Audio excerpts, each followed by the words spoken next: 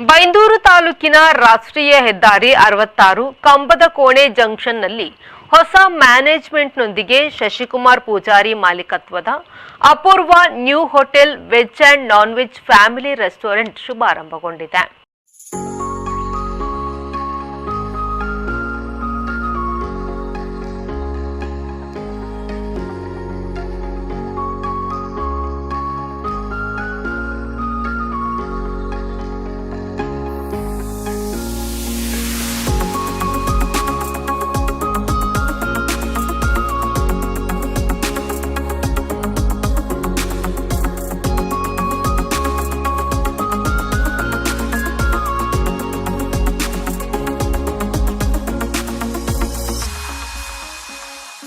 ನುರಿತ ಬಾಣಸಿಗರ ತಂಡ ಕೆಲಸವನ್ನ ಮಾಡುತ್ತಿದ್ದು, ವಿವಿಧ ಬಗೆಯ ವೆಜ್ ಮತ್ತು ನಾನ್ ವೆಜ್ ಖಾದ್ಯಗಳು ಆಕರ್ಷಕ ಬೆಲೆಯಲ್ಲಿ ದೊರಕಲಿವೆ.